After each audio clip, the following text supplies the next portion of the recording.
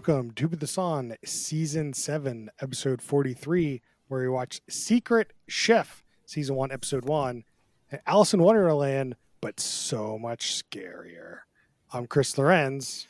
In France, we don't have talking chef hat. This is Brian. that was good. Sorry, I had to chuckle. Everything will be hidden except the one thing that matters the most, the food. This is Noah Singer.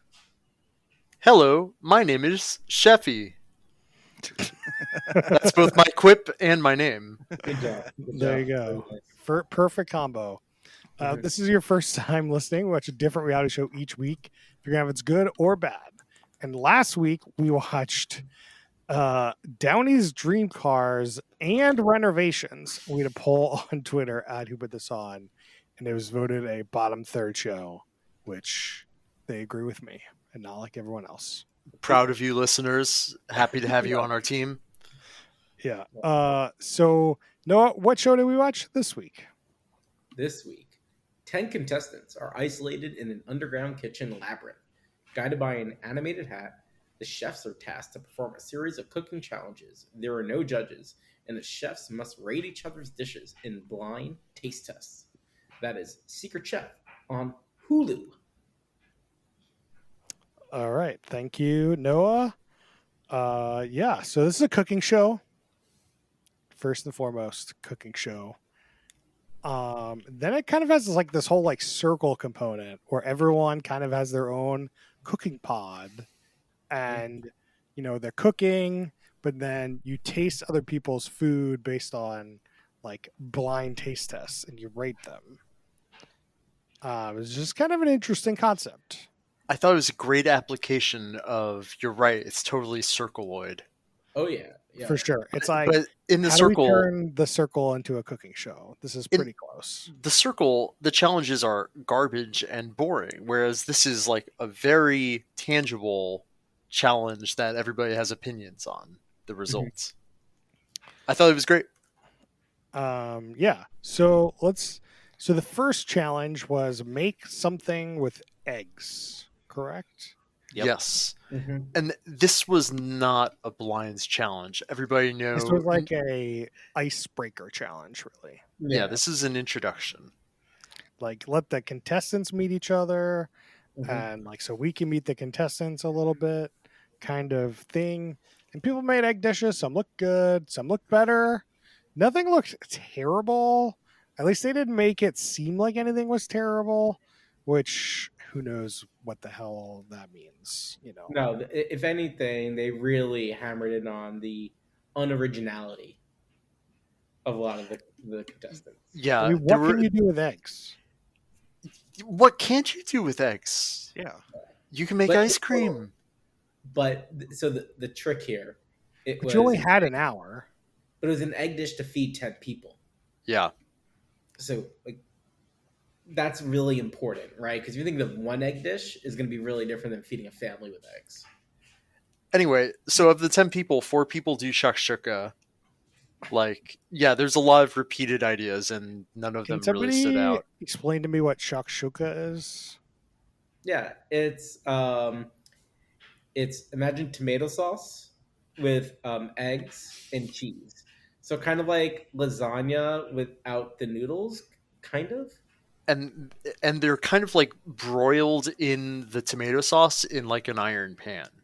You can get this at most brunch places in Seattle. I would just would never order it. It's very tasty. You dip bread in there and you get a little egg and you get a little tomato. It's good. It's a nice brunch food. Yeah. It sounds a lot like, what's that alcoholic drink for breakfast? Bloody Mary? It sounds like, tomato-based drink that no one wants and a tomato-based breakfast. Bloody Mary, nobody's drinking it for the taste. I mean, some people are. Shakshuka, delicious. Okay. All right. Fair enough. Savory goodness. Yeah. So we get through this challenge. Then they have a teamwork challenge. So this week is teamwork. It seemed like each week had kind of a theme, and this week's was teamwork. And the bottom team got eliminated. So it was, everyone partnered up with 2 people, but everyone has Mm. code names. Everybody partnered up with one person, Yeah, sorry, you're right. I kept writing this down wrong too. I was like, oh my god. but what is you going didn't on? know who your partner was. Yeah, so everyone has code names. You don't know who is who.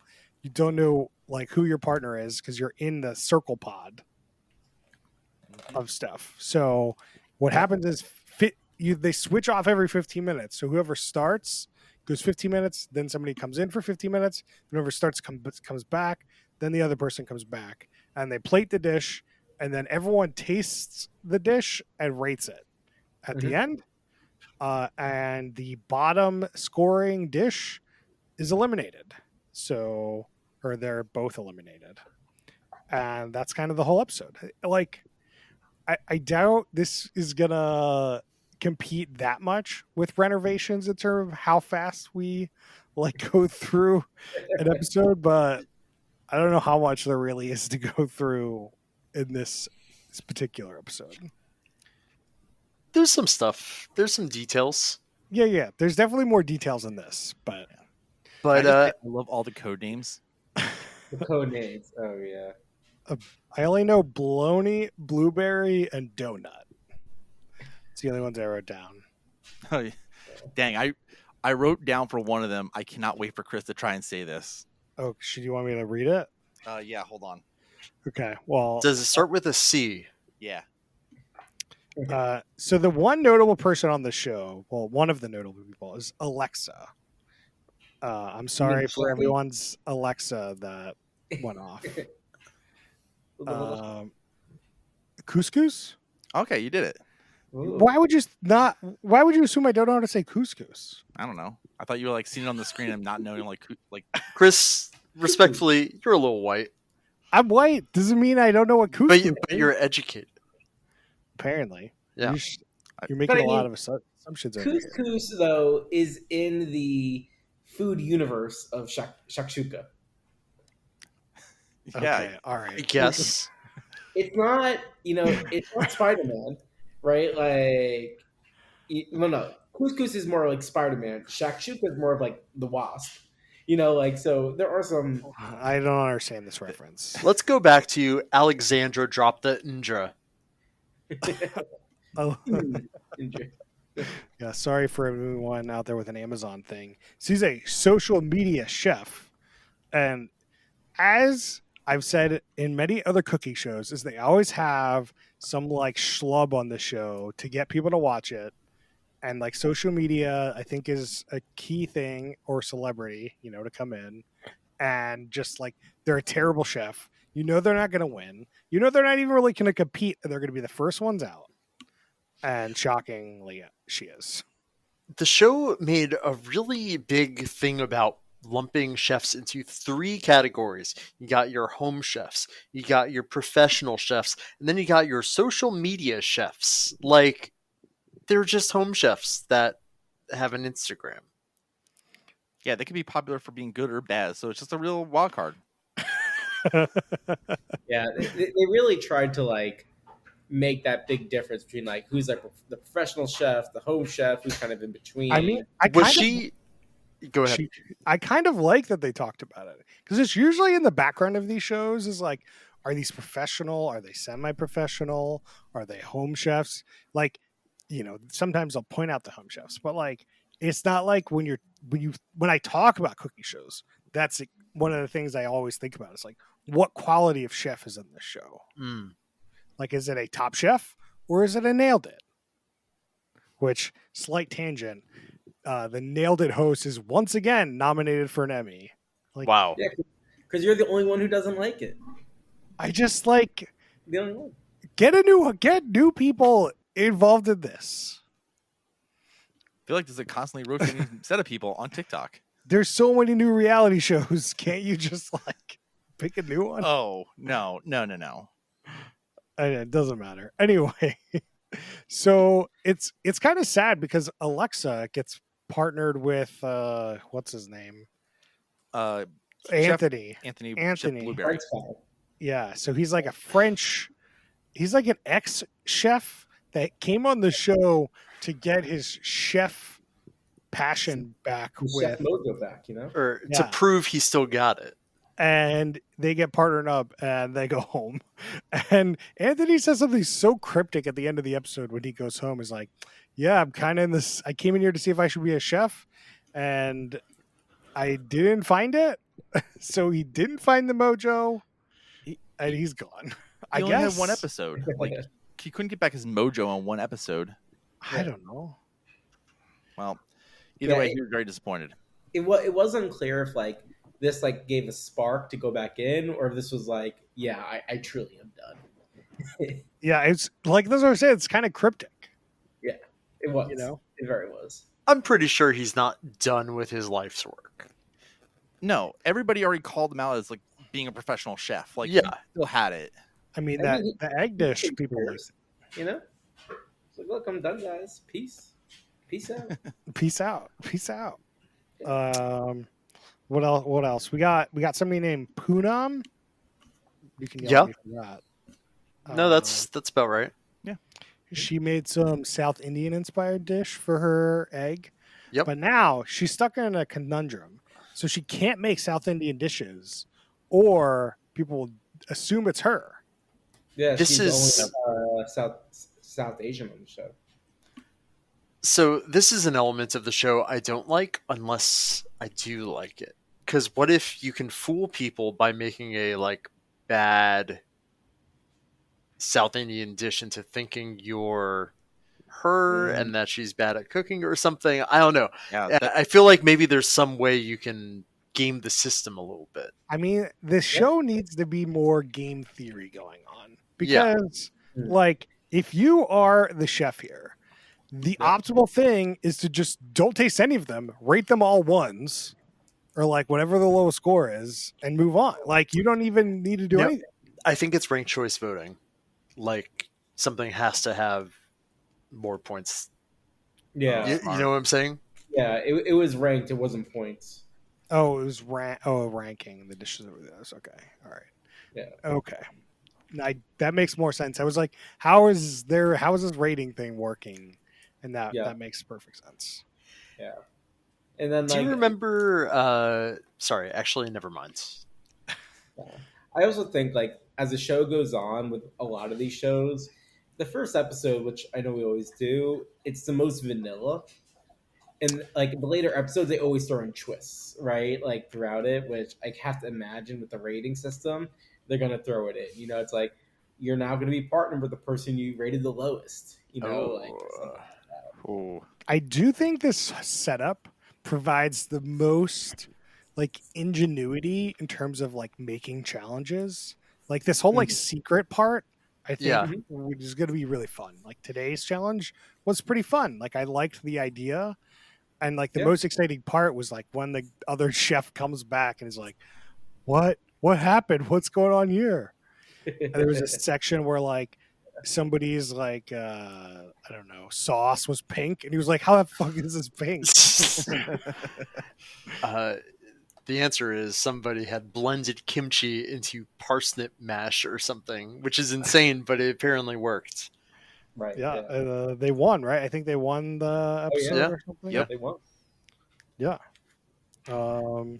I wrote down in my notes, I'm shooketh to my core. I think when they were doing a lot of shakshuka. Mm-hmm. You could. I'd like to talk about Sheffy a little bit. I'm talking about Oh. myself, obviously.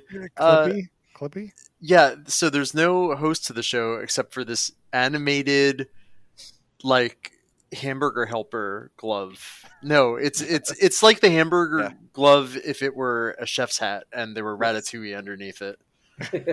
It's really weird because they keep showing it and they like play it off as this. I'm gonna like say who it is. It's played by Arden Mirren. Of course, it was Artem Mirren. Man, I was really caught between Arden Mirren and Chris Canada. Well, you act like she's not famous, but she has 100 credits on IMDb. Oh, this How one? many Oh, do wow. I care about? Okay, all right. No, she's definitely famous. Yeah, she was in Chelsea lately. She has 100 Oh. episodes. Of course. I'm just saying that she's in shows. Okay. Okay, has she a had a very whole recognizable face. Her face is very recognizable. Yeah, she was in You wouldn't be able to Shameless. say like where she's from, but it's weird they didn't put her on TV because like she has a face to be like, oh wow, okay, I know she's in the Hollywoods. She guest stars on a lot of things, but that she's not famous. But like the thing I find is like she's talking, but like the chef is not matching up with what she's saying at all, and it really bothered me. So that's my take on this whole chefy situation. I kind of like it because I think it's being cute and funny, but I don't think it's used in a cute and funny way. It's Like, a- I like the concept. It's supposed to be creepy. I don't think it's supposed to be creepy. Did you hear that laugh? Like, no, Brian, can you do the laugh for me? That's pretty good. Brian, That's no, pretty good. not how you usually laugh. How the I think it has a lot more personality than its closest relative, the weird AI Alexa from Too Hot to Handle. Yes, I What about the 100% circle? agree with that. Well, yeah. What about the circle? That also, it's not iconic in any way. It's just What? It has the name of the show. I Yeah, think the it's- circle thing is definitely iconic. Yeah, like I mean, it is better than AI on Too Hot to Handle for sure, right? Like easy, but I it's like- don't associate an image with the circle. Is it like the Siri like circle thing, or is it like TV, yeah, in the circle when they're in the room. This circle comes on the as screen. It's like a key character in the show. I guess. Yeah, The okay, circle- whatever. the Moving on. host.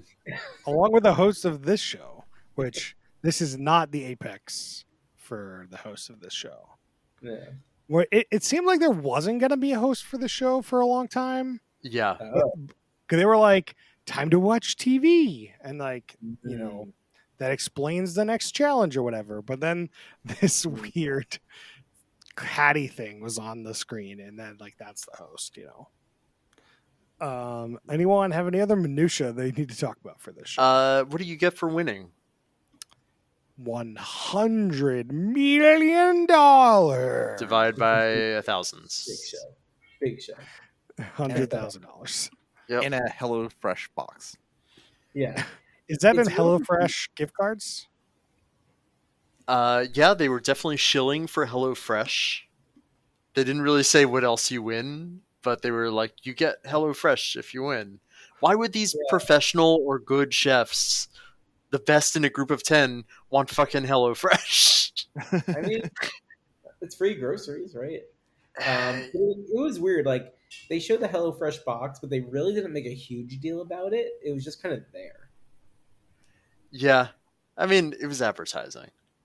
Yeah. Yeah. It's like The on the weird- challenge when they say, hey guys, Arby's is giving you free Arby's. Wow, I love Arby's.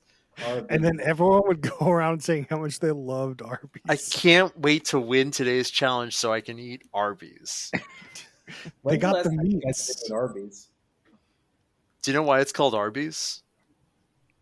No. Because they make roast Arby's? beef RB. I think that's Oh, after the fact. No, it's absolutely true. Now he's got to internet corner that instead of the show. Yeah, I did, and it's wrong.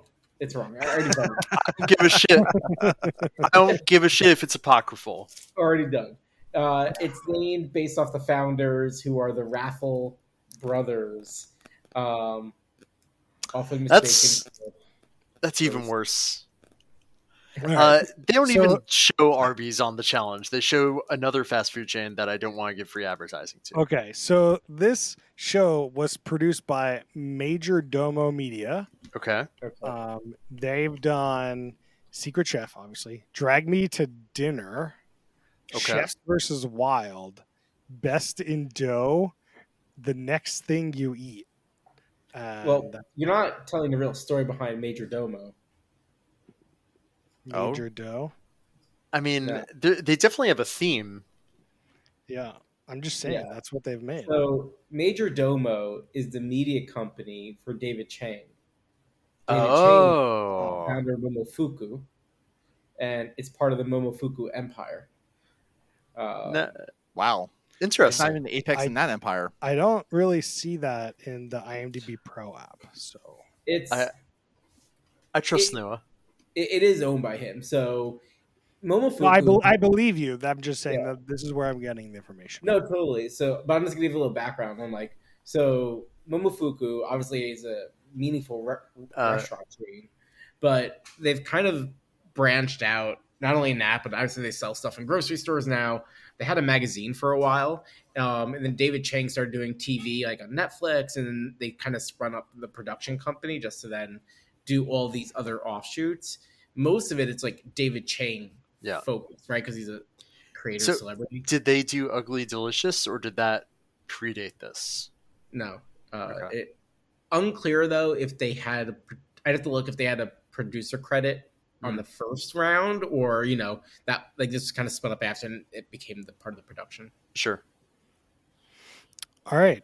So who do you think's the worst human being in this? I was gonna say Sheffy, but I'm not sure Sheffy's a human being. It's played by a human being. Yeah. Arden Miriam. I feel like it's the producers that decided to kick people out this episode. Like I feel like it wasn't and fair two to kick- people. Yeah, I don't Yeah. think it was fair to kick out Anthony. Like They this deserve is such redemption. a weird challenge to kick people out on. Like it's a fun like, hey, this is a fun challenge, and like potentially kick you out later. But like it seems such a weird skill to like come in and like cook for somebody else, then Yep. leave and then come back and then plate it. Like it's so hard, I think. Anthony got done dirty. For No sure. doubt. Yeah. That's my I mean, vote. do we say the social media chef, the home chef is the worst person? Because she spoke a big game. And She definitely her confessionals, I agree. And she got a lot of screen time for somebody that's getting kicked off the first episode. Yeah. She Like, got And that's way more probably screen- why. I know. Yeah. Obviously, the person that gets kicked off first gets some screen time. I'm not doubting that. Just like she got a lot. Like, I guarantee you, she was on the show to pull in her social media empire to watch the show. Yeah. And then to get kicked off the first episode, it's got to be rough. Let's do some drinking rules. I think you need to drink your whole drink when anyone cuts themselves, because that's not going to happen a lot at all, ever. Oh. Really? Can't believe he cut himself twice. Brian, you got a drinking rule? Every time Sheffy laughs. Every time somebody makes a "You're the man now, dog" reference.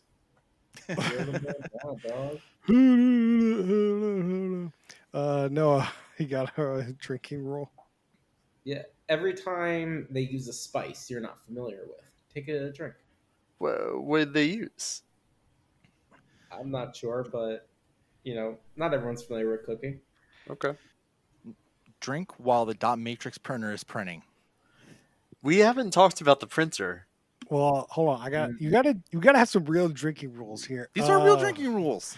I think you should drink anytime shade is thrown. Like Ooh, shade. I feel like this is a good shade show. Like, ooh, I bet you this was made by this person because they are like, it's not good or whatever. Yeah, that was pretty good. Or also drink every time they guess who they think a dish is made by. Because they were always wrong in this episode, but obviously we only, see what they want us to see. Yeah. So, Max, what do you want to say about this printer situation? Yeah, so there's not that much to say, but after they rate all the dishes, they hand in their handwritten notes, and to anonymize everything, each of them has a dot matrix, a very old school, like 80s printer, in their room that will print out like their ratings and comments from other people, but anonymized because no handwriting, just No hand. text. There you go. Would this show be better as a Quibi or a TikTok? I thought it was accurately timed. Yeah, I think it'd be fine. I think it's There's fine. a I lot don't of think so. complexity. Yeah, there's a lot happening in this. Yeah, I don't think it would be. I don't think it'd be better. Yeah. Who's gonna hook up next? And is it Sheffy and Anthony. that printer? Ooh. Ooh. I That's think good. it's Anthony and the concept of butter. Not Mm. butter. The concept of butter. The concept of butter.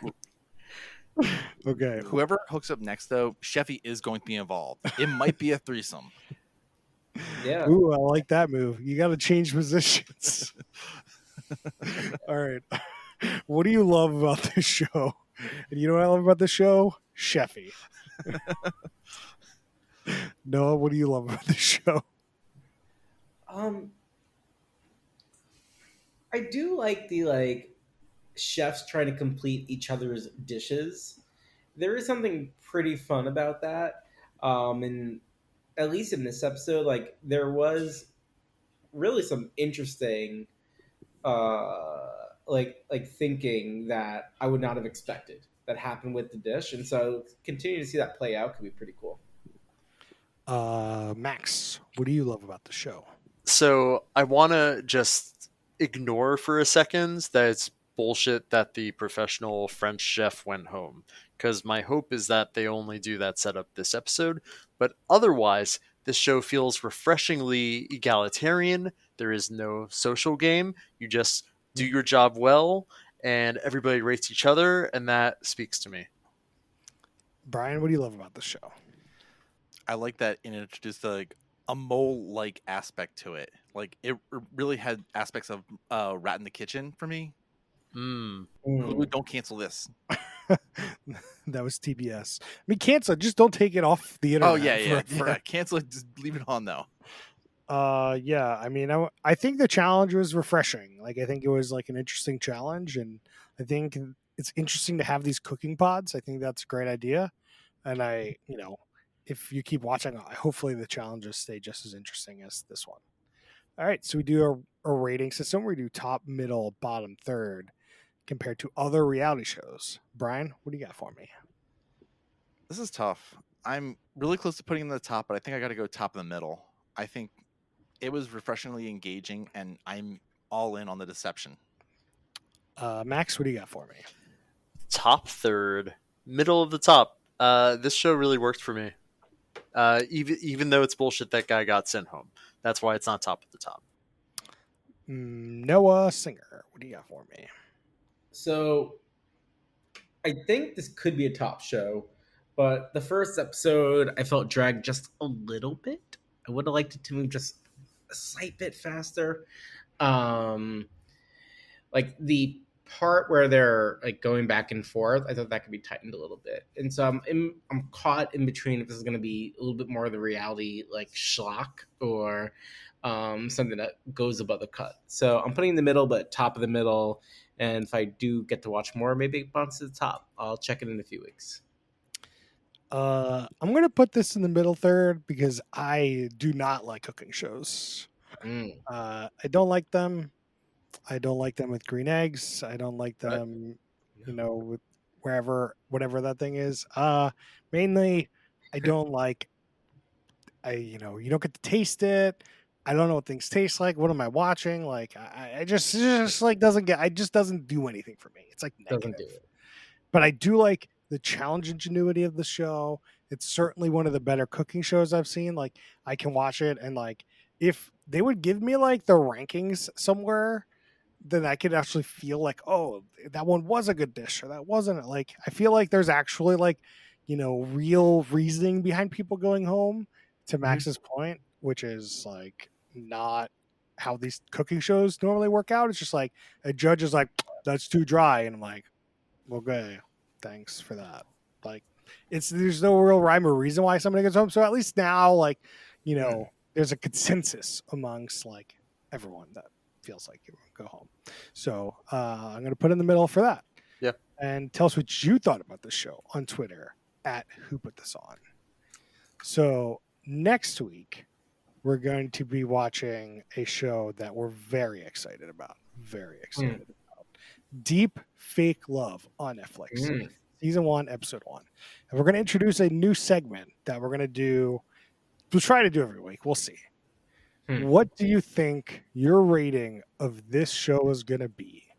Like, how good is this show going to be? Okay, so should we also say where this show can be found? I said it was on Netflix. Oh, okay. Yeah, I just want to make sure. Listen, because open your ears. I'm already biased against it because it's Netflix, so it's like I'm going with bottom. Seems like a Brian, good guess. Brian, follow-up question. How many seasons of The Circle have you watched? I've only watched like half of them. Like That's 3, like- 4? No, they've had like a few. Yeah. Okay, Max, what do you think your rating's going to be? This is going to be a bomb third. There's no way this is good. If it is, I'm going to be shocked. Noah, what do you got? Yeah, I haven't done any looking into the show. You should look into it. This is like Yeah. Blind So- judgment. Judge this book by its cover. Here's my thing. judge it by the name. Yeah, I think if it didn't reek of this trying to catch the AI hype and taking some old laundry and putting it on a new mannequin, but I think it does. So I think it's going to be bottom. I mean, I'm just gonna go contrarian here. I'm gonna go Ooh. middle because I think the show is gonna be so bad it's entertaining. I think it's the premise seems very silly, and I can't wait to watch it with people. Like, it seems like a fun watch with people kind of show. But Chris, the first episode's going to end on a fucking cliffhanger. So Which I will watch the next 5 minutes to get Okay. past the cliffhanger. I'm just saying, if Which you I didn't, always, it'd be like a bottom I always third. do with Netflix shows for sure. All right, well, that's the end of our new segment. We do shout outs of other things we've been watching. Brian, do you have a shout out this week? Prank Show is finally back. Oh yeah, I started watching the second episode. Yeah, I don't know why, but like they had just had such a long hiatus, and then now it looks like it's weekly now. It seemed like they just like aired the pilot to like air it after something, or they like got a hole in their schedule or something. Mm. Oh, okay. Max, you got any shout outs this week? Yeah, I have 2 episodes left of Barry. Ooh, wow. Lo- You've been doing good, man. Whoa, you really binged that one. Yeah, really, really enjoyed the show. Yeah. Any, like, Season 1 and season 2 are better than 3 and 4, but For sure. they're Yeah. it's all worth watching. It's all good. I mean, There's something that happens halfway through season 4 that's very surprising. I I think mean- it's all quality made TV. It's just like the tone shifts Yeah. a lot. Yeah. And Oh. you could like the tone or not like the tone. Speaking of marathoning stuff, in the past week I've watched Mission Impossible 1, 3, 4, and 5. I had previously only ever seen 4, Ghost Protocol. That you What about you two? skip the bad. You skip the bad one. That was on is purpose. the bad? He was not. Two is bad. 2 is the John Woo. Yeah, it's not good. Here's what I wrote about 2: poor action, poor plot, over serious, not very good. Wow. In retrospect, I didn't love 4 because 3 was Philip Seymour Hoffman as the villain. What a great villain. 4's villain was just kind of whatever. But Simon Pegg though, he's great. Yeah, but he's in like all of them now. Yeah, well, that's the only one I find that he's really funny in. Mm. That's why I like 4 a lot. And the Burge scene is just so good. Yeah, 4's not bad. But in any case, 1, excellent movie. I think it's also funny that it took them like 4 movies to figure out what Ethan Hunt's personality is. Yeah, I Really? would definitely recommend watching Mission Impossible the way you did it. 1, 3, 4, 5, 6. How do you just skip 2? There's not I mean, that you many. can watch 2 knowing it's not very good. Yeah, They- I think you gotta go through it. Well, so I'm seeing 7 this weekend. It's about time. He had to accelerate it this Right. watch. Noah, you have any shout outs? Yeah. So I'm in the middle of a book. I don't read books anymore. I just listen to books. But it's called American Prometheus. It's the biography of Robert Oppenheimer, J. Robert Oppenheimer. I started it like a few weeks ago, but now I see it's like all Barbieheimer thingamajigs, and I'm like, oh, okay, got it. It's a very long book. It's 27 hours, but I'm giving it a shot. So in the middle of that, and then we binged The Bear season 2. Delightful. The Bear is very good TV. Yeah, that's what I got. Yeah, I mean, I have no real positive shout outs. Like The Witcher season 3 has been weird. Like I know The Witcher was gonna get weird because the Witcher books get weird. I was just like wanted it not to get weird. Turned into like season 1 was so good. So here's the thing with The Witcher.